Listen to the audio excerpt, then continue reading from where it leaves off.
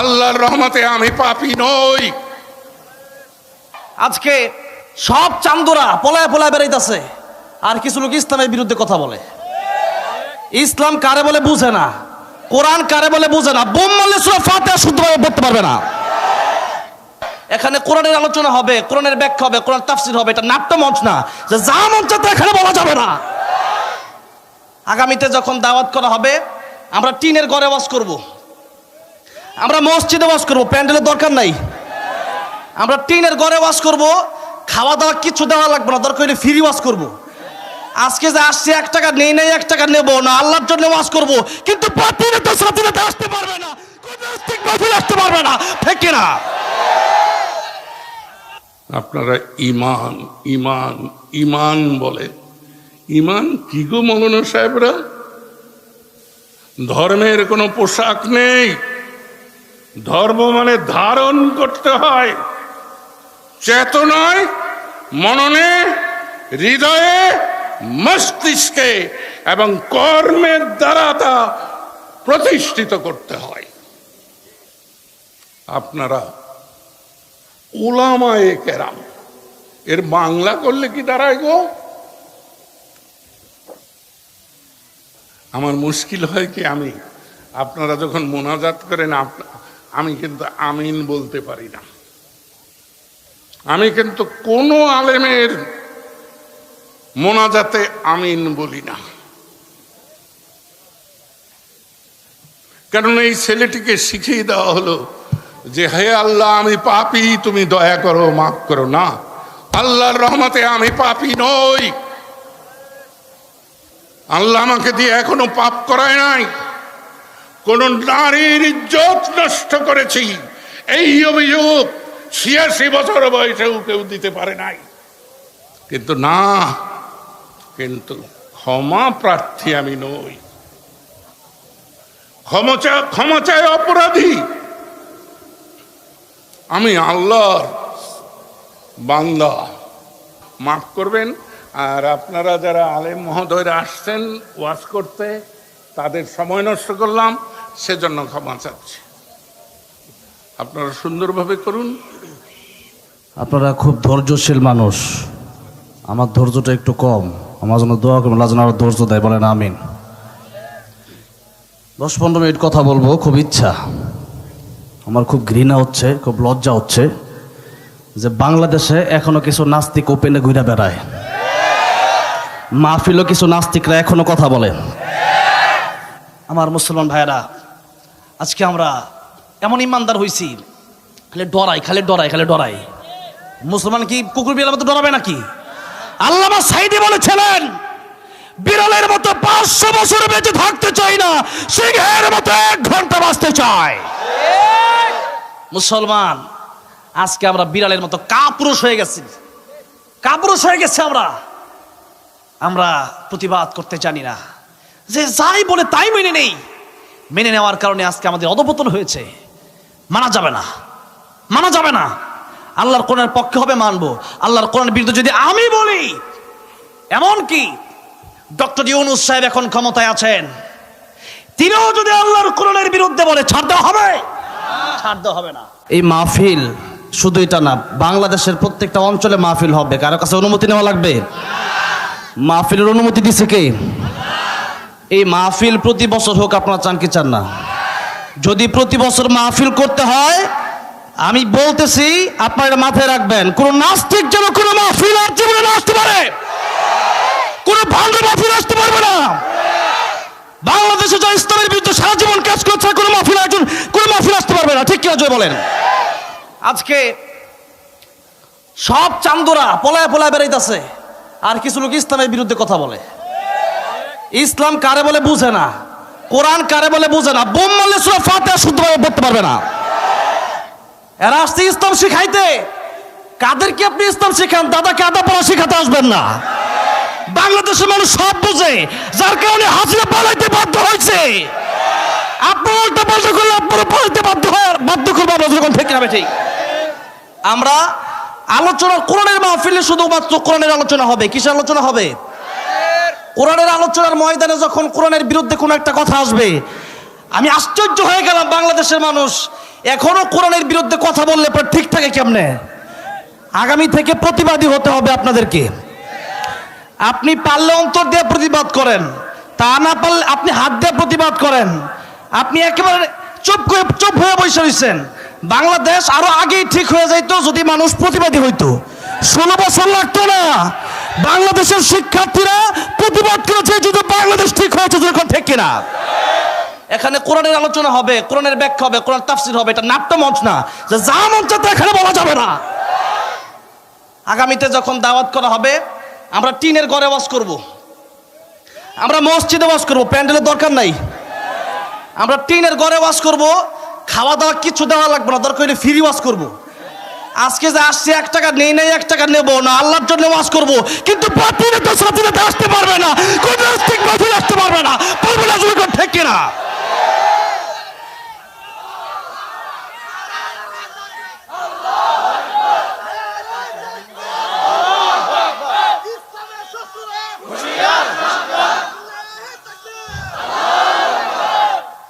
কথা স্পষ্ট।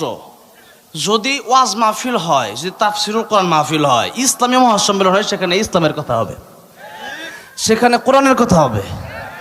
আলেমদেরকে সম্মান দিতে যদি কেউ না জানে, তারে আবার আমরা কিছু সম্মান দেব।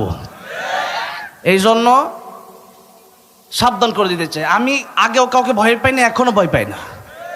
ভয় পাই একজনের, তিনি কে? যেরকম তিনি কে? আর এখন তো কোনো কথাই নাই। আগে জবান বন্ধ ছিল, এখন আর জবান বন্ধ রাখা যাবে না। কারণ আমরা জানি সবচেয়ে সুন্দর মৃত্যু হচ্ছে শহীদের মৃত্যু। আমরা হামলা মামলার ভয় করি না, আমরা জেল জুলুমের ভয় করি না। আল্লামা সাইদের জবান বন্ধ করা হয়েছে, আল্লামা মামুনুল হকের জবান বন্ধ করা হয়েছে, খালেদ সাইফুল্লাহ আইয়ুবের জবান বন্ধ করা হয়েছে, রফিকুল ইসলাম মাদানির জবান বন্ধ করা হয়েছে। এখনো যদি এই চক্রান্ত বাংলাদেশে চলে, তা বাংলাদেশি মানুষ হতে দেবে না, দেবে না, হতে দেওয়া যেতে পারে না। আমি অল্প সময় কথা বলবো, এর ভিতরেই মোনাজাত হবে। আমি লম্বা টাইম, আমার প্রায় 100 ডিগ্রি জ্বর, আমার মাথা ঠিক থাকে কেমনে? অসংখ্য মাহফিল ক্যান্সেল করে দিয়েছি এই মানুষটার জন্য। মুফতি আব্দুল কাইয়ুম মোল্লা সাহেবের জন্য এই মাহফিলটা আজকে নিছি। এই টাঙ্গাইলে এমন কোনো ইউনিয়ন নাই মনে হয় আমি ওয়াজ করি নাই। কি বলেন আপনারা? বাংলাদেশের সবচেয়ে বেশি মাহফিল আমার টাঙ্গাইলে। এই টাঙ্গাইল মাহফিলে আসার পরে কোনো পাতি নেতা সাথী নেতা যেন 2 ঘন্টা বসে রয়েছে, এরকম দেখছেন আপনারা? আছে কেন বসে রইলাম? এই জন্য আপনাদেরকে একটা কথা বিনীতভাবে বলবো, মাহফিলটা করেন, আল্লাহর জন্য করেন। লোক দেখানো কোনো মাহফিল যেন না হয়। আমি জানি এখানে যারা কমিটি ছিল, যারা ছাত্র ছিল, যারা উস্তাদ ছিল, অনেক ভালো মানুষ, কিন্তু 5 কেজি দুধে 1 ফোঁটা ছানা পড়লে সব শেষ হয়ে যায়। এজন্য আমরা দুধটাকে ফ্রেশ রাখতে চাই, আমরা জায়গাটাকে ফ্রেশ রাখতে চাই, ইসলামকে ইসলামের জায়গায় রাখতে চাই। রাজি আছেন না নাই? কোরআনের জন্য, দিন কায়েমের জন্য আমরা সবসময় প্রতিবাদ করে যাব। রাজি আছেন না নাই? কারা কারা রাজি আছেন তো হাত আল্লাহ উঠে দেখান।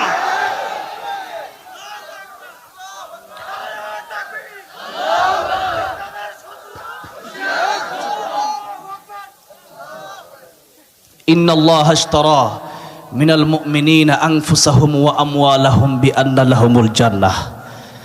আমাদের জান, আমাদের মাল আল্লাহ পাক আগে কিনে নিয়েছেন জান্নাতের বিনিময়ে। কিসের বিনিময়ে? জান্নাতের বিনিময়ে। আপনারা এতক্ষণ বসে আছেন, বাংলাদেশে এই প্রথম নজির আমি দেখলাম এই টাঙ্গাইলে। তার মানে আপনাদের ধৈর্য আছে, তার মানে আল্লাহ আপনাদেরকে ভালোবাসেন। যদি 11:30 পর্যন্ত চলে, কষ্ট হবে আপনাদের? কয়টা পর্যন্ত চলবে? সারা রাত। এতক্ষণ অসুস্থ ছিলাম, এখন আল্লাহর নামের তাকবীর শুনে সুস্থ হয়ে গেছে, আলহামদুলিল্লাহ। কোন যারা ইমানদার, যারা কি ইমানদার, আব্দুল্লাহ ইবনে হুযাফা রাদিয়াল্লাহু আনহু, আব্দুল্লাহ ইবনে হুযাফা রাদিয়াল্লাহু আনহুকে রোম সম্রাট আব্দুল্লাহ ইবনে হুযাফার এক যুদ্ধের ময়দান থেকে আব্দুল্লাহ ইবনে হুযাফাকে আটক করলো। আব্দুল্লাহ ইবনে হুযাফা রাদিয়াল্লাহু আনহুকে আটক করে বলল, তুমি যেহেতু লিডার, তুমি যেহেতু নেতা, তুমি শুধুমাত্র ইসলাম থেকে বের হয়ে আসো, আমাদের খ্রিস্টান ধর্মে চলে আসো। আমার মেয়ে আছে একটা খুব সুন্দরী, তারে বিয়ে দিব, এরপর আমার রাজ্যের অর্ধেক তোমার দেব, আর আমি মরে যাওয়ার পরে পুরো রাজ্যের সরকার প্রেসিডেন্ট হবা তুমি, রোম সম্রাট হবা তুমি। আব্দুল্লাহ ইবনে হুযাফা রাসূল সাল্লাল্লাহু আলাইহি সাল্লামের একজন সাহাবী রাদিয়াল্লাহু আনহু। আব্দুল্লাহ ইবনে হুযাফা সেদিন বলেছিলেন, ওই কুকুর, তুই দুনিয়ার কুকুর, তুই দুনিয়া চাস, আমি দুনিয়া চাই না, আমি আল্লাহকে চাই। মাল্লাহুল মাওলা ফালাহুল কুল, আমি যদি আল্লাহরে পাই আমার সব হয়ে যাবে। আর তুই দুনিয়া চাস, তুই দুনিয়াও হারাবি, খাসিরাত দুনিয়া ওয়াল আখিরা, তুই দুনিয়াও হারাবি, আখিরাত হারাবি, জান্নাত হারাবি, ঠিক কিনা? এই জন্য ইমানদার যারা, মুমিন যারা, এরা দুনিয়ার কোনো বাতিলের কাছে মাথা নত করতে পারে না, দুনিয়ার কোন তাগুতের কাছে তারা মাথা নত করতে পারে না। আব্দুল্লাহ ইবনে হুযাফা রাদিয়াল্লাহু আনহু বলল, তুই কুকুর। এদিকে বাদশা লোভ দেখালো, আব্দুল্লাহ ইবনে হুযাফা, তোমাকে আমি অর্ধেক রাজ্য দেব, মেয়েটাকেও বিয়ে দেব। আব্দুল্লাহ ইবনে হুযাফা যখন বললেন কুকুর, বাদশার মেজাজ গরম হয়ে গেল। এতক্ষণ লোভ দেখাইছে, লোভেও কাজ হয় নাই। এবার আব্দুল্লাহ ইবনে হুযাফা রাদিয়াল্লাহু আনহুকে জেলখানায় বন্দী করলো। কারণ আব্দুল্লাহ ইবনে হুযাফা রাদিয়াল্লাহু আনহুর মুখে যে ভাষা বের হয়েছে তার ব্যাপারে সে ভালো করেই বুঝতে পেরেছে, যে ব্যক্তি ঈমানদার সে ব্যক্তি দুনিয়া চায় না, সে ব্যক্তি কারে চায়। ওয়াল্লাযীনা আমানু আশাদ্দু হুব্বান লিল্লাহ, ঈমানদার সবচেয়ে বেশি ভালোবাসা কারে? ইব্রাহিম আলাইহিস সালামকে আগুনের ভিতরে ফেলা হবে। ইব্রাহিম আলাইহিস সালামের কাছে জিবরাইল এসে বললেন, আল্লাহর পয়গম্বর ইব্রাহিম খলিলুল্লাহ, আপনি আমারে বলেন আপনার আগুন থেকে বাঁচায় দেই। পয়গম্বর ইব্রাহিম খলিলুল্লাহ ডাক দিয়ে বলেন, জিবরাইল তুমি কেন আমারে বাঁচাবা? বাঁচানোর মালিক তুমি না, বাঁচানোর মালিক জোরে কনকে। আমার আল্লাহ কি অন্ধ? আমার আল্লাহ কি চোখে দেখে না? আমার আল্লাহ যদি অন্ধ না হন তাহলে তুমি কেন আমারে বাঁচাবা? আর আমি আগুনে পড়লে যদি আমার আল্লাহ খুশি হয়, আমার আল্লাহ রাজি হয়, আমি আল্লাহর খুশির জন্য একবার দুইবার নয় 1000 বার আমি আগুনের ভিতরে জ্বলতে রাজি আছি। ইব্রাহিম আলাইহিস সালামের প্রতি আল্লাহ খুশি হয়ে গেলেন। এটাই হচ্ছে পরীক্ষা। আল্লাহ তাআলা বলছেন, وَلَنَبْلُوَنَّكُمْ بِشَيْءٍ مِّنَ الْخَوْفِ وَالْجُوعِ وَنَقْصٍ مِّنَ الْأَمْوَالِ وَالْأَنفُسِ وَالثَّمَرَاتِ وَبَشِّرِ الصَّابِرِينَ। আল্লাহ তাআলা বলেন, অবশ্যই অবশ্যই, যারা আরবি গ্রামার জানে তারা জানে, ওয়ালানাবলুওয়ান্না, আল্লাহ লামে তাকিদ, তাকিদ দুইবার বলেন, অবশ্যই অবশ্যই তোমাদেরকে আমি আল্লাহ পরীক্ষা করব। কিভাবে পরীক্ষা করব? 1 নম্বরে খাউফ, 1 নম্বরে ভয়। কিসের ভয়? কথা বলতে যাবা, ওইটা বলতে পারবা না, এটা বলতে পারবা না, বাধা দিবে, কিন্তু এরপরেও বলতে হবে। যেরকম ঠিক কিনা? আল্লাহ প্রথম কথাই বললেন, আল্লাহকে ভয় করো। দুনিয়াতে তোমাদেরকে জালেমরা, তাগুতরা, স্বৈরাচাররা ভয় দেখাবে, আল্লাহর কোরআনের কথা বলার সময় কোনো ভয় পাওয়া যাবে না। কারণ মুমিন মরে একবার আর মুনাফিক মরে দিনে 1000 বার। আর মুমিন যারা, এদের মরণ হয় না, বরং মরণের পরে শুরু হয়ে যায় তাদের সুন্দর জীবন, জান্নাতের জীবন। সেরকম জান্নাতের জীবন পেতে রাজি আছেন না নাই? জান্নাতে যেতে হলে কষ্ট করার দরকার আছে না নাই? ভয় আসবে, ক্ষুধা আসবে, ফসল নষ্ট হবে, জালের উপর দিয়া সরে যাবে, জালের উপর দিয়া জেল যাবে, জুলুম যাবে, জেল খাটবো, জুলুম খাটবো, ফাঁসির কাস্টে জ্বলতে পারি, জীবন দিতে পারি, তথাপি আল্লাহর কোরআনের বিরুদ্ধে কথা বললে আমরা সহ্য করতে পারি না, ঠিক কিনা? জোরে বলেন। এই জন্য যেখানে সেখানে বসে ইসলামের বিরুদ্ধে কথা বলবেন না। বয়স হইলে বেশি বেশি মনে করেন আপনি শিক্ষিত হয়ে গেছেন, বয়স হয়েছে ঠিক, কিন্তু কোরআন হাদিসের জ্ঞান নাই, সে মূর্খের বাচ্চা, মূর্খ, ঠিক কিনা? জোরে বলেন। এই জন্য তুমি যত বড় নেতাই হও না কেন, আল্লাহর কোরআনের বিরুদ্ধে কথা বলবার পার পেয়ে যাবা। এখনো সময় আছে, ভালো হয়ে যাও। এখনো যদি ভালো না হও, সালমান এফ রহমানের কাছ থেকে শিক্ষা গ্রহণ করো, ব্যারিস্টার সুমনের কাছ থেকে শিক্ষা গ্রহণ করো। এরপরে আরো তো মন্ত্রী আছে, যখন টেনে টেনে লয়ে যেগুলো থেকে শিক্ষা গ্রহণ করো। শিক্ষা গ্রহণ না করলে জনগণ এমন বলাই দিবে, সহ্য করতে পারবো না। মুসলমান, জুলুমের একটা শেষ আছে। যারা জুলুম করে এরা ভালো করেই জানে যে আমার পতন হবে। ওয়ালা ইন সাআলতাহুম মান খালাকাস সামাওয়াতি ওয়াল আরদা লায়াকুলুন্না আল্লাহ। আল্লাহর নবীকে আল্লাহ তাআলা বলেন, ও নবী, আপনি যদি তাদেরকে জিজ্ঞাসা করেন, আবু জাহেল, আবু লাহাব, উতবা, সাইবা, ওয়ালিদ ইবনে মুগীরা, এদেরকে যদি জিজ্ঞাসা করেন তোমাদের রবকে, তারা বলবে আল্লাহ। কিন্তু এখন যদি আল্লাহ এই রব বিশ্বাস করে নেয় আর আল্লাহর আইন বাস্তবায়ন করতে যায়, তাহলে তাদের ক্ষমতা হারায় ফেলবে। আল্লাহর আইন বাস্তবায়ন করতে গেলে গদি ঠিক থাকবে না। আল্লাহর আইন দুনিয়াতে কায়েম করতে গেলে চুরি করতে পারবে না। সারিকু ওয়াস সারিকাতু ফাকতাউ আইদিয়াহুমা, চোর যদি চুরি করে তার হাত কেটে দেওয়ার দরকার আছে না নাই? এই আইন বাংলাদেশে বাস্তবায়ন হোক, আপনারা চান কি চান না? আজকে কোরআনের আইন নাই, যে দলে আসুক আমাদের কোনো সমস্যা নাই, কিন্তু আল্লাহর কোরআনের আইন যেদিন থেকে বাস্তবায়ন হবে সেদিন থেকে আর চুরি ডাকাতি হবে না, জিনা হবে না, ব্যভিচার হবে না। এই জন্য যদি কেউ চুরি করে ক্ষমতায় কে আসবে আমাদের দেখার দরকার নাই। চুরি যদি করে বাইতুল মুকাররমের সামনে সময় টিভি, যমুনা টিভি সবগুলোরে নিয়ে যান, সংবাদ সম্মেলন করেন, আলেমদেরকে ডাকেন, এরপরে চুরি করলে হাত কেটে দেন। কিন্তু এখন আমরা আল্লাহর আইন মানি না, ব্রিটিশের আইন মানি। কাটটা মানি। ব্রিটিশ বলছে চোর চুরি করলে জেলে নিয়ে যাও।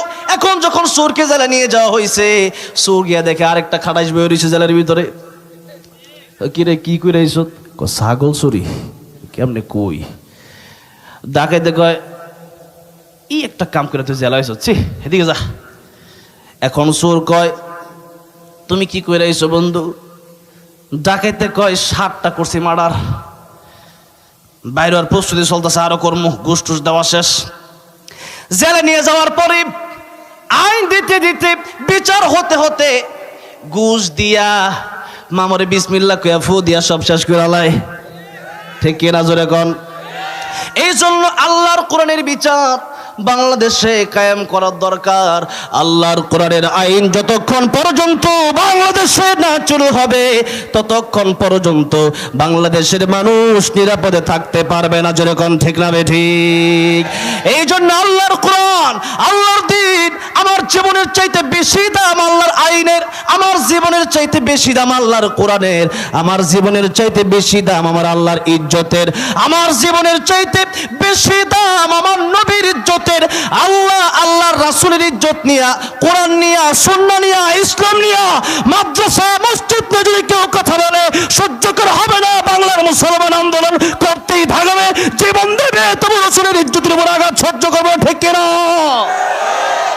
আমার মুসলমান ভাইরা, আমার মুরব্বী বাবাজিরা, নবী যদি চাইতেন, নবী পারতেন ঘরের ভিতরে বৈশা বৈশা নামাজ রোজা করে শেষ করে দিতে, কিন্তু নবী করছেন নাকি? আল্লাহ নবীকে আবু জাহেলের গোষ্ঠীর লোকেরা এসে বলেছিল, মুহাম্মদ সাল্লাল্লাহু আলাইহি সাল্লাম, তোমরাও কিছুদিন আমাদের ধর্মের সাথে পূজা করো, আমরাও তোমাদেরটা করি, আমরাও নামাজ পড়ব, তুমিও আইসা পূজা করবা।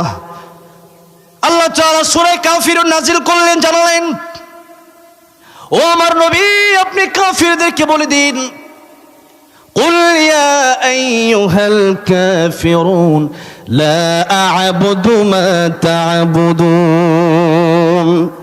ও কাফিররা, তোমরা যার ইবাদত করো, মূর্তির ইবাদত করো, মূর্তিকে পূজা দাও, যেই মূর্তি কথা বলতে পারে না, খাইতে পারে না, তোমাদের কোনো উপকার করতে পারবে তো দূরের কথা, মূর্তির উপর যদি মাছ এসে বসে ওইটাই সরাইতে পারে না। ঠিক কিনা? নবীর যুগে কাফের একটা যাচ্ছে মূর্তি নিয়া, কি নিয়া, ছোট ছোট বগলের তলে লিয়া। এখন তার ধরছে শিশি, তার কি ধরছে? সে শিশি করতে গেছে, ওদিকে এক কুত্তারও ধরছে শিশি। কার? ও করতে গেছে সাইডে শিশি, কিন্তু কুত্তা কয় আজকে জায়গা পাইছি, খুব ভালো জায়গা, তার খোদার উপরে দিছে সাইডা। যেমনি তার খোদার উপরে সাইডা দিছে, ও আয়সা মনে করছিল রহমতের পানি, ওকে চারান দে দেই, চারান দে, এটা টক লাগে, টক। রহমতের পানি তো মিষ্টি হবে, এটা টক লাগে কি লিগা? এখন রহমতের পানি খাইতে গিয়ে আবার বুঝছে না, তাহলে ওই যে কুকুরটা দেখা যায় এটাই প্রস্তাব করছে, এটাই সত্য। এবার চিন্তা করছে না, এটা আমার খোদা হতে পারে না, তুই হুদা, তুই কি, তুই হুদা, তুই কিসের খোদা? তুই তোরে নিজেকে বাঁচাইতে পারস না, তুই আবার কিসের খোদা? আল্লাহ রাসূল সাল্লাল্লাহু আলাইহি সাল্লামের কাছে গিয়ে বললেন, ইয়া রাসূলুল্লাহ, ইয়া হাবিবাল্লাহ, এই ঘটনা আমি নিজ চোখে দেখে এসেছি। যেই খোদার কাছে আমি বাঁচতে চাই, আমি আযাব গজব থেকে বাঁচতে চাই, খোদা নিজেই আযাব গজব থেকে বাঁচতে পারে না। এটা তো হুদা। ইয়া রাসূলুল্লাহ, আমারে পড়ে দেন লা ইলাহা লা ইলাহা ইল্লাল্লাহু মুহাম্মাদুর রাসূলুল্লাহ সাল্লাল্লাহু আলাইহি ওয়াসাল্লাম। নবীজি বললেন, তোমরা যাকে খোদা মানো, আমি সেই খোদার ইবাদত করি না, আর আমি যে আল্লাহর ইবাদত করি, তোমরা সেই আল্লাহর ইবাদত করো না। সুতরাং ইসলাম এসেছে বিজয়ের জন্য, ইসলাম পরাজয়ের জন্য আসে নাই। তোমরা যা বলবা তা ইসলাম শুনবে না, বরং আল্লাহর কোরআন যা বলবে তাই তোমাদেরকে শুনতে হবে। এখন ইসলাম এসেছে বিজয় হওয়ার জন্য, আল্লাহর কোরআন বিজয় হবে, আল্লাহর কোরআন পরাজয় হবে না। আল্লাহর কোরআন যদি পরাজয় না হয়, এক মাস তারা নবীর সাথে মসজিদে আইসা নামাজ পড়বে, ইসলাম বিজয় হয়েছে, ঠিক আছে। কিন্তু পরের মাস যদি নবীজি তাদের সাথে যায়, ইসলাম বিজয় থাকবে না, পরাজয় হবে। হ্যাঁ, অনেকেই যে এখন বলে ধর্ম যার যার, উৎসব সবার, এরকম নাস্তিকগুলা বলে, যেরকম ঠিক না বে ঠিক বলতেছে কত সুন্দর কইরা কোরআনের চেয়ারে বসে এই কথা বলতেছে যে ইসলামে নাকি পোশাকের কোনো সিস্টেম নাই। আরে ইসলাম তো পূর্ণাঙ্গ জীবন বিধান, ঠিক কিনা জোরে কোন? পোশাক মানে বাথরুমে গেলেও ইসলাম আছে, মসজিদে গেলেও ইসলাম আছে, খাইতে গেলে ইসলাম আছে, ঘুমাইতে গেলে ইসলাম আছে। এখন যদি ইসলামে যদি পোশাক না থাকে, আমি যদি জুব্বা যদি 17-এর উপরে উঠাই, এটা কি হালাল না হারাম? জায়েজ না না জায়েজ? আবার যদি টাকনুন নিচে নামাই, ওইটাও হালাল না হারাম? এখন লেবাস তো ইসলামের ভিতরে আছে, তুমি জানো না তুমি এখানে কি জন্য আসো, ঠিক কি আছে? এখন জানো না, আসো উল্টা পাল্টা কথা বলতে। এই জন্য ইসলামের জ্ঞান আগে অর্জন করো, ইসলামের জ্ঞান আগে অর্জন করে এরপরে কথা বলো। এই জন্য বাংলাদেশের মানুষ আপনাদেরকে ভালো করে বলে রাখি, যেখানেই হবে জুলুম সেখানেই হবে প্রতিবাদ, ঠিক কিনা জোরে কম? যেখানেই জুলুম সেখানে কি হবে? নবীজি বললেন, তোদের কথায় আমরা চলবো না, আমাদের কথায় তোরা চলবি। আল্লাহর কোরআন যা বলছে তারা তো সেই কথা তোদের শুনতে হবে, কারণ আকাশ জমিন কার? জোরে কোন কার? আল্লাহ বলছেন, ইয়া মাশারাল জিন্নি ওয়াল ইনসি ইন ইসতাতা'তুম আন তানফুযু من أقطار السماوات والأرض فانفذوا لا تنفذون إلا بسلطان। ও জিন ও পৃথিবীর মানুষেরা, আল্লাহর কোরআনের আইন বাদ দিয়া যদি তোমরা তোমাদের নিজেদের আইন যদি দুনিয়াতে বাস্তবায়ন করতে চাও, আল্লাহর কোরআনের আইন যদি তোমাদের কাছে ভালো না লাগে, বের হয়ে যাও আমার আকাশ থেকে, বের হয়ে যাও জমিন থেকে। ইন্ডিয়া গেলে কি আল্লাহর আকাশ জমিন ছেড়ে বের হওয়া যাবে নাকি? দিল্লি গেলে, মুম্বাই গেলে, দুবাই গেলে, পুরো পৃথিবীটাই আল্লাহর আকাশ জমিন, আল্লাহর আকাশ জমিন ছাড়া কিচ্ছু নাই। আল্লাহ লা তানফুযুনা ইল্লা বিসুলতান। আল্লাহর আকাশ জমিন ছেড়ে তোমরা কোনোভাবে বের হতে পারবা না। সুতরাং আল্লাহর জমিনে থাকতে হলে আল্লাহর কোরআন মেনেই তোমাদেরকে বেঁচে থাকতে হবে। আল্লাহর কোরআনের বিরোধিতা করে বেঁচে থাকার কোনো সুযোগ নাই, ঠিক না? আল্লাহ নবী বলে দিলেন স্পষ্ট কথা, তোমাদেরটা আমরা মানবো না, তোমরা যেটা বললো ওইটা করো। আমরা আল্লাহকে ভালোবাসি, আল্লাহর কোরআন বিজয়ী হবে। সুতরাং তোমাদের কথা অনুযায়ী আমরা চলবো না। আব্দুল্লাহ ইবনে হুযাফা রাদিয়াল্লাহু আনহু তিনিও বললেন, ও রোম সম্রাট কুকুর, তোর কথা অনুযায়ী আমি চলবো না। তুই দুনিয়া দিতে পারোস, আমার আল্লাহর কাছে দুনিয়ার একটা মশার পাখার সমানও দাম নাই, সুতরাং তোর কথায় আমি চলবো না। আব্দুল্লাহ ইবনে হুযাফাকে জেলখানায় বন্দী করা হলো। আব্দুল্লাহ ইবনে হুযাফাকে যখন জেলখানায় বন্দী করা হলো, আব্দুল্লাহ ইবনে হুযাফাকে 1 দিন 2 দিন 3 দিন 4 দিন 5 দিন 6 দিন 7 দিন 1 সপ্তাহ পর্যন্ত খাবার বন্ধ রাখা হলো। ডাক্তার পাঠানো হলো। আমি তো মনে করি ওই যে 1 সপ্তাহ পরে ডাক্তার পাঠানো হলো, কেন পাঠানো হলো একটু বুঝেন, ভালো করে বুঝেন, এদিকে মনোযোগ দেন। নবীর সাহাবী, যুদ্ধের সেনাপ্রধান আব্দুল্লাহ ইবনে হুযাফা রাদিয়াল্লাহু আনহুর কাছে 7 দিন পরে হলো ডাক্তার পাঠানো হলো, দেখো বেঁচে আছে না মরে গেছে, খাওয়ার দরকার আছে না নাই। বাচ্চা তো ওই তার খোঁজ নেওয়ার জন্য একজন ডাক্তার পাঠাইছে, কিন্তু এর চাইতেও বড় স্বৈরাচার আমরা কয়দিন আগে দেখছি যে আলেমদেরকে এমন আইনা ঘরে রাখছে, বছরকে বছর ঠিকভাবে খোঁজ খবরও রাখে নাই। শুধু তাই না, আল্লামা সাঈদীকে শহীদ করা হয়েছে, এটা আপনারা বিশ্বাস করেন কি করেন না? এত হাসি খুশি একটা মানুষ, তারা যেইভাবে হত্যা করা হয়েছে, পরিকল্পিতভাবে হত্যা করা হয়েছে, ঠিক কিনা যেরকম আমি বলেছিলাম, আল্লামা সাঈদী তুমি মরণি, শহীদ হয়েছ তুমি এটাই জানি, ঠিক না? কারাগারে কাটালে 13টি বছর, বাতিল কেঁপেছে তোমায় দেখে থর থর, ঠিক না? কারাগারে কাটালে 13টি বছর, বাতিল কেঁপেছে তোমায় দেখে থর থর, তুমি যে ছিলে মোদের নয়নমণি, শহীদ হয়েছ তুমি এটাই জানি, ঠিক না? হ্যাঁ, এই জন্য যে কথা বলতেছিলাম, আব্দুল্লাহ ইবনে হুযাফা রাদিয়াল্লাহু আনহুর কাছে ডাক্তার পাঠানো হলো। ডাক্তার পাঠানোর পর ডাক্তার বলল, রোম সম্রাট আব্দুল্লাহ ইবনে হুযাফা মনে হয় আর বাঁচবে না, মৃত্যুর সাথে পাঞ্জা লড়তেছে। ডাক্তারকে রোম সম্রাট বলে দিল, ও ডাক্তার, আব্দুল্লাহ ইবনে হুযাফার কাছে যাও, আব্দুল্লাহ ইবনে হুযাফার কাছে গিয়ে জিজ্ঞাসা করো 7 দিন আগে যেই সুসংবাদটা আমি দিয়েছিলাম, এই সুসংবাদটা তারে আমি আবার দিলাম, সে যদি এখনো মেনে নেই, আমি আমার মেয়েকে তার কাছে বিয়ে দেব, অর্ধেক রাজ্য আমি তারে দিব, বাড়ি গাড়ি নারীর কোনো অভাব হবে না, তুমি তারে বলে দাও ফিরে আসার জন্য। ডাক্তার গিয়ে বলল, আব্দুল্লাহ ইবনে হুযাফা,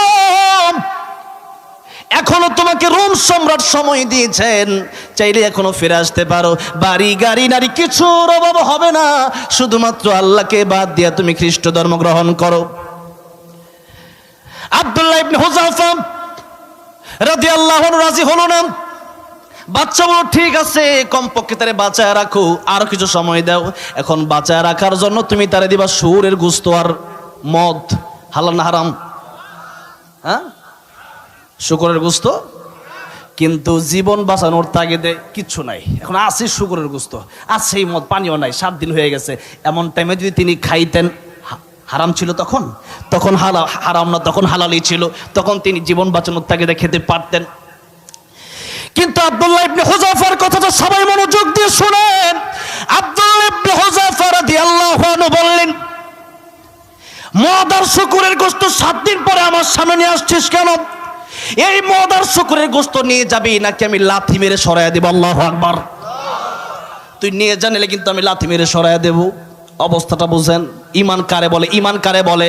তাদের সামনে এত সুসংবাদ দেওয়ার পরও তারা প্রতিবাদ করেছে। এটা ছিল নবীর আদর্শ, এটা ছিল সাহাবায়ে কেরামের আদর্শ। আর আমাদের সামনে ইসলামের বিরুদ্ধে, কোরআনের বিরুদ্ধে কথা বলে যায়, আমরা বসে বসে আলুয়া খাই। মুসলমান এরকম ভাবে যদি মরে যান, বিপদ আছে কিন্তু, বলে দিলাম।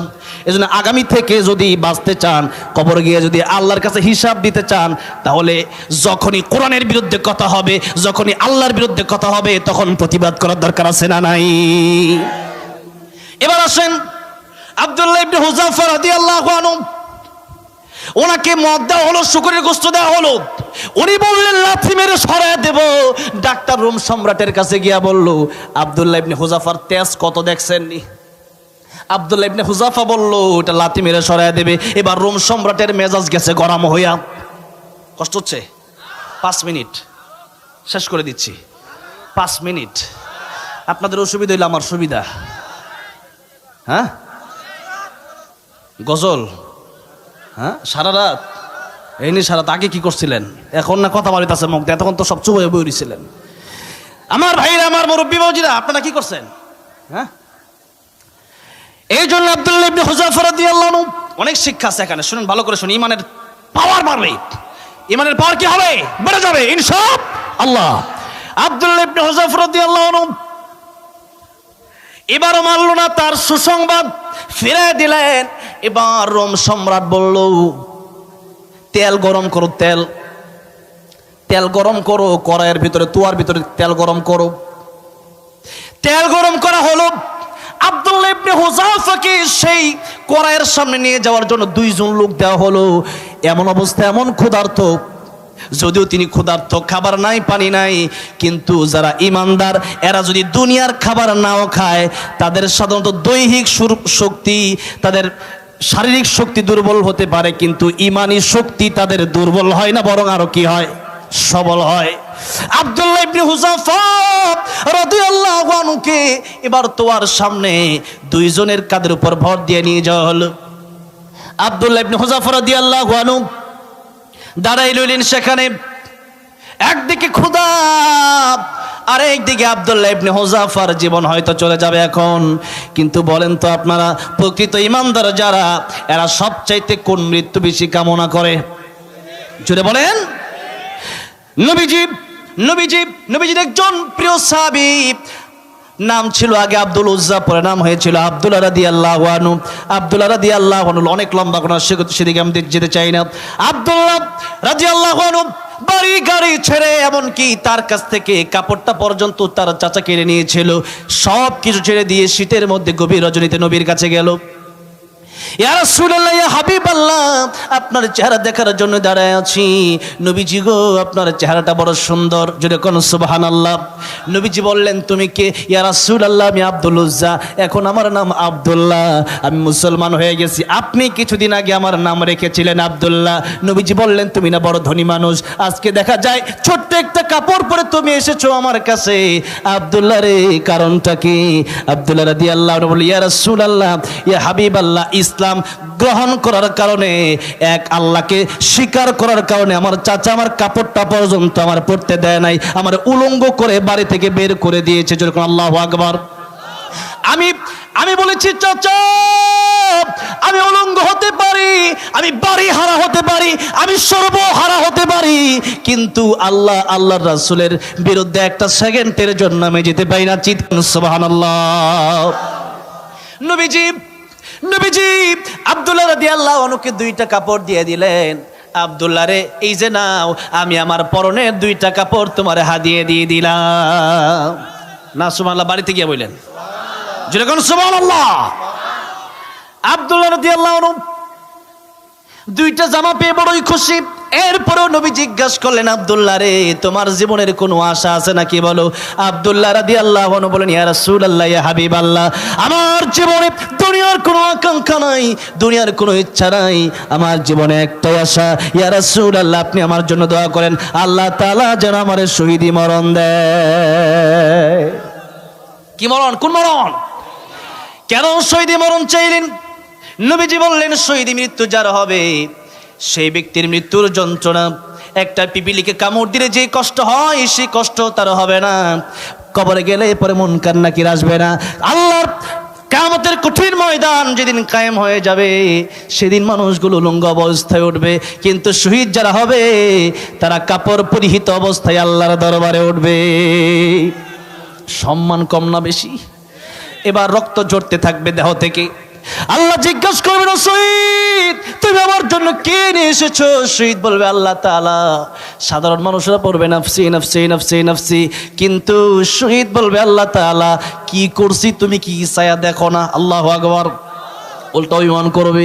আমার আল্লাহ বলবেন, আমার দিন কায়েমের জন্য, আমার ইসলামের জন্য যদি তুমি শহীদ হয়ে গিয়েছিলে, এই জন্য আজকে বিনা হিসাবে আমি আল্লাহ তোমার জান্নাতের মালিক বানিয়ে দিলাম। জান্নাতে গেলে পরে আর বৃদ্ধ হওয়া লাগবে না, যুবক থাকবেন, যুবক জীবনে বৃদ্ধ হবেন না। দুনিয়াতে বৃদ্ধ আছে না নাই? এত বড় নেতা বুড়া হয়ে গেছে, এখনো কোরআনের বিরুদ্ধে কথা কয়, কিন্তু জান্নাতে গেলে কোনো বুড়া নাই। এই জন্য এক বুড়ার বুড়িরা আমি একদিন কইলাম যে বুড়া বুড়ি কোনোদিন জান্নাতে যাবে না। বুড়া বুড়ি অশুনে অনেকে রাগ করে ফেলছে। আমি কই না, আল্লাহ যুবক যুবতী বানায়া জান্নাতে দিবে। জান্নাত হবে চিরস্থায়ী, দুনিয়া ক্ষণস্থায়ী। কোনটা চান? কোনটা চান? যারা প্রকৃত বুদ্ধিমান এরা কি চায়? আল্লাহর জান্নাত চায়, আল্লাহকে চায়, আল্লাহর জান্নাত চায়। এবার আব্দুল্লাহ রাদিয়াল্লাহু আনহু বলেন, ইয়া রাসূলুল্লাহ, ইয়া হাবিবাল্লাহ, আপনি বলেছেন শহীদ হলে পরে এত মর্যাদা, কবরে মুনকার নাকির আসে না, বিনা হিসাবে আল্লাহ তাআলা জান্নাতের মালিক বানায় দিবেন। ইয়া রাসূলুল্লাহ, আমার জীবনে কোনো ইচ্ছা কোনো আশা আমার নাই, কিন্তু আমার জন্য আপনি দোয়া করেন, একটাই আশা, আমি যেন আল্লাহর রাস্তায় শহীদ হতে পারি। তাদের ইচ্ছা ছিল কি? আর আমাদের ইচ্ছা হলো ঘরের ভিতরে শুধু জিকির করব জিকির করব জিকির করব, আর আল্লাহর কোরআন যে পুরোটাই জিকির সেটা আমরা জানি না। জিহাদের কথা বলেন, কেন রাগ করে কে? কি জিহাদের কথা? এটা কি জিহাদের সময় হয়েছে নাকি? কিন্তু নবীজি বলেছেন কেউ যদি শহীদের তামান্না নিয়ে মারা না যায় তাহলে সে মুনাফিক অবস্থায় মৃত্যুবরণ করলো। কি অবস্থায়? আর জাহান্নামের সবচেয়ে কঠিন শাস্তি হবে মুনাফিকের। কার? আল্লাহ বলেন ইন্নাল মুনাফিকিনা ফিদ দারকিল আসফালি মিনান নার ওয়া লান তাজিদ লাহুম নাসীরা। ওগো নবীজি, মুনাফিকদেরকে জানিয়ে দেন নিশ্চয়ই মুনাফিকরা জাহান্নামের সবচেয়ে তলদেশে থাকবে, আর কিয়ামতের ময়দানে মুনাফিকের জন্য কোনো সাহায্যকারী খুঁজে পাওয়া যাবে। এখন মুনাফিক দেখার জন্য কি লন্ডন আমেরিকা যেতে হবে? সৌদি দুবাই যেতে হবে নাকি? মুনাফিক এই এলাকায় আছে, আছে না নাই? জোরে কোন। এবার আসুন, যে কথা বলতেছিলাম, তাদের ইচ্ছা ছিল তারা শহীদ হবে। শহীদে মৃত্যুর চাইতে সুন্দর কোনো মৃত্যু নাই। এবার আব্দুল্লাহ ইবনে হুযাফা রাদিয়াল্লাহু আনহু, মনে আছে না ভুলে গেছেন? আব্দুল্লাহ ইবনে হুযাফা রাদিয়াল্লাহু আনহু তাকে নিয়ে গেছে গরম তৈল, যেখানে গরম করা হলো, তৈল গরম করা হলো, সেখানে নিয়ে যাওয়া হলো। একজন কয়েদি আনলো জেলখানা থেকে, এনে বলল তাকে তেলের ভিতরে ছেড়ে দাও আব্দুল্লাহ ইবনে হুযাফার সামনেই। আব্দুল্লাহ ইবনে হুযাফার সামনে একজন কয়েদিকে গরম তেলের ভিতরে ছেড়ে দেওয়া হলো। গোস্তগুলো ঝাঁঝরা ঝাঁঝরা হয়ে গেল, হাড্ডি থেকে গোস্তগুলো আলাদা হয়ে গেল। লোকটা সেখানে ইন্তেকাল করলো, লোকটার মরণ হয়ে গেল, রূহ বের হয়ে গেল। আব্দুল্লাহ ইবনে হুযাফাকে এবার বলল, আব্দুল্লাহ ইবনে হুযাফা, এবার তোমাকে বলতে চাই, তোমার সামনে একজনকে গরম তেলের ভেতরে ভাজলাম, জীবন শেষ হয়ে গেল, তোমারও এখন ভাজা হবে। এর আগেই তুমি যদি এখনো স্বীকারোক্তি দিয়ে দাও, আল্লাহকে ছেড়ে দাও, আল্লাহর দিন ছেড়ে দাও, ইসলাম ছেড়ে দাও, কোরআন ছেড়ে দাও, শুধুমাত্র তুমি খ্রিস্টান ধর্ম গ্রহণ করো, তাহলে এখনো সময় আছে, আমার অর্ধেক রাজ্য তোমার দিয়ে দেব, তুমি যা চাও তাই দেব। কিন্তু আব্দুল্লাহ ইবনে হুযাফা রাদিয়াল্লাহু আনহু বলেন, আরবের কুকুর, তোর কাছে আমি এসেছি, তুই তো আমারে এখানে নিয়ে এসেছিস, তুই যদি এর চেয়ে কঠিন শাস্তি আমার দেশ, এরপরেও আমি ইমানদার, আমি আল্লাহর বিশ্বাস করেছি, আমি আল্লাহর দিন কায়েমের জন্য শহীদ হতে পারি, আমি তেলে ভাজা ভাজা হয়ে যা হয়ে যেতে পারি, কিন্তু আমি ইমানদার, আমি বিশ্বাস করি আমার তুই তেলে ছাড়বি আর আমার আল্লাহর সাথে আমার দেখা হয়ে যাবে। এবার আসুন, আব্দুল্লাহ ইবনে হুযাফা রাদিয়াল্লাহু আনহু যখন এই কথা বলল, রোম সম্রাট চিন্তা করলো তার তেলের ভিতরে ভেজে আর লাভ নাই। ও আব্দুল্লাহ ইবনে হুযাফা, তুমি শুধু আমার কপালে একটা চুম্বন করবা, আমি তাতেই তোমাকে ছেড়ে দেব। কারণ বাচ্চার মেজাজ অন্যরকম মেজাজ, এটা কিছু মেজাজ পাগলা মেজাজ, আমার মতো আর কি, বুঝেন নাই? এবার রোম সম্রাট বলল, তোমার তেলে ভাজা হবে না, তুমি শুধু আমার কপালে একটা চুম্বন করবা।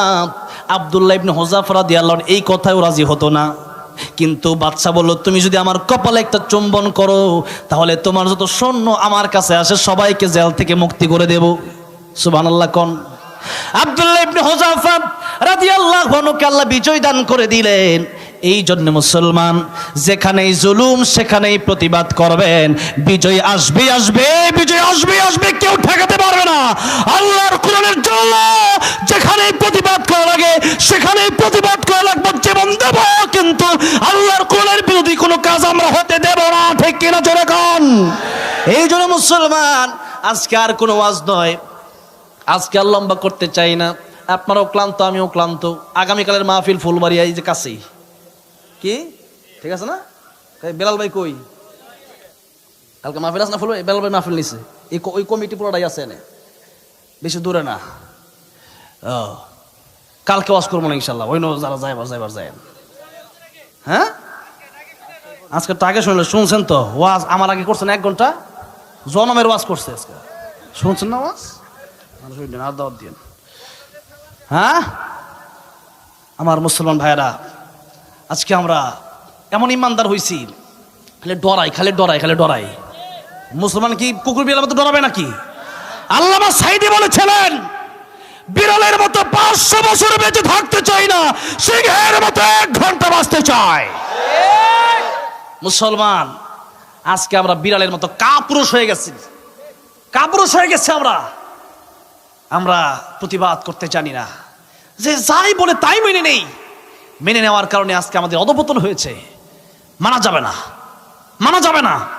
আল্লাহর কোরআনের পক্ষে হবে মানবো, আল্লাহর কোরআনের বিরুদ্ধে যদি আমি বলি, এমনকি ডক্টর ইউনূস সাহেব এখন ক্ষমতায় আছেন, তিনিও যদি আল্লাহর কোরআনের বিরুদ্ধে বলে, ছাড় দেওয়া হবে? ছাড় দেওয়া হবে না, ছাড় দেওয়া হবে না।